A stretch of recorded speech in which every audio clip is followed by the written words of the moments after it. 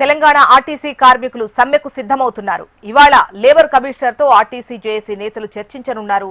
ప్రభుత్వం తమ డిమాండ్స్ పై స్పందించకపోతే ఈ నెల 20న సమ్మెకు వెళ్లాలని ఆర్టీసీ కార్మికులు యోచిస్తున్నారు. ఇప్పటి వరకు ఆర్టీసీ కార్మికుల సమ్మె నోటీసులపై ప్రభుత్వం స్పందించలేదని ఆర్టీసీ జేఏసీ నేతలు తెలిపారు. డీటెయిల్స్ మనకు హైదరాబాద్ బ్యూరో చీఫ్ ఆర్కే అందిస్తారు.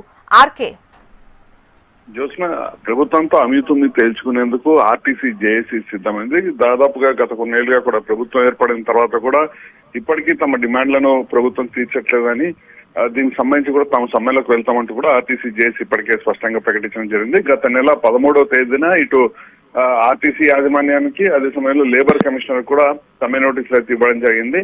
నిబంధన ప్రకారం 42 రోజుల లోపల ఈ సమ్మెకు సంబంధించిన విషయంలో ఆర్టీసీ కార్మికులు సమ్మెలకు వెళ్లాల్సి ఉంటుంది. లేదు అంటే మళ్ళీ ఆ సమ్మె నోటీసు డిస్పోజ్ అవ్వడం జరుగుతుంది, మళ్ళీ కొత్త నోటీసు ఇవ్వాల్సి ఉంటుంది. కాబట్టి ఈ నెల 23వ తేదీతో ఆ 42 రోజుల గడువు ముగిపోతుంది. కాబట్టి ఎట్టి పరిస్థితుల్లోనూ ఈ రోజు జరిగే లేబర్ కమిషనర్ తో 4 గంటలకు చర్చలు జరగబోతున్నాయి. అయితే ఆర్టీసీ యాజమాన్యం కూడా ఈ సమావేశాలకి చర్చలకు హాజరు కావాల్సి ఉంటుంది. గత చర్చలప్పుడు అంటే ఈ నెల 10వ తేదీన లేబర్ కమిషనర్ తో ఆర్టీసీ జేఏసీ చర్చలు జరిగిన సమయంలో ఆర్టీసీ యాజమాన్యం రాలేదు.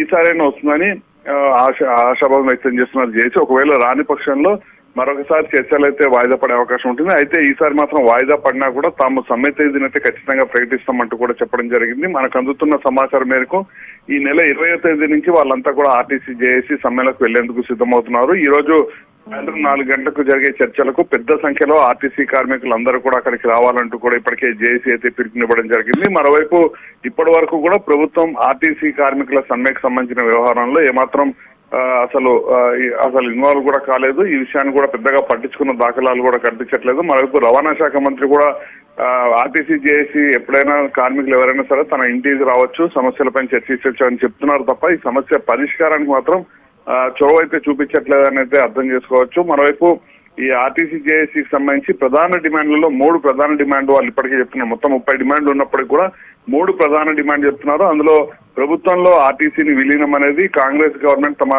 ఎజెండాలో కూడా పెట్టడం జరిగింది, అది మేనిఫెస్టోలో కూడా పెట్టడం జరిగింది. కానీ అది ఇప్పటి వరకు 2.5 ఏళ్ళు అవుతున్నా కూడా అది సమస్య ముందుకైతే వెళ్ళడం జరగట్లేదు. అదే సమయంలో ఎలక్ట్రిక్ బస్సులు కొనుగోలు చేసి ఆర్టీసీని నిర్వీర్యం చేస్తున్నారు. కాబట్టి కొనుగోలుకు సంబంధించిన విషయంలో మొత్తం ప్రభుత్వం బాధ్యత తీసుకోవాలి. మూడవది యూనియన్ల వ్యవహారం కూడా ఖచ్చితంగా చేయాలంటూ కూడా చెప్పడం జరుగుతుంది. ఇప్పటికే గత బీఆర్ఎస్ ప్రభుత్వం ఇప్పటికే దానికి సంబంధించిన మొత్తం కంప్లీట్ చేయడం జరిగింది. కేవలం డేట్ మాత్రమే అనౌన్స్ చేయాల్సి ఉంటుంది. మరి ఇప్పటి వరకు కూడా దానిపైన ఎలాంటి చర్చ అనేది కూడా ప్రభుత్వం అయితే చేయలేదు. ఏదేమైనా కూడా ఈ రోజు సాయంత్రం 4 గంటల సమయంలో చర్చల అనంతరం 5 గంటలకి తాము సమ్మె తేదీని ప్రకటిస్తామంటూ కూడా జేఏసీ అయితే చెప్పడం జరిగింది. మరి ప్రభుత్వం ఏ విధంగా వ్యవహరిస్తుంది అనేది మాత్రం వేచి చూడాల్సి ఉంటుంది. జ్యోత్స్న.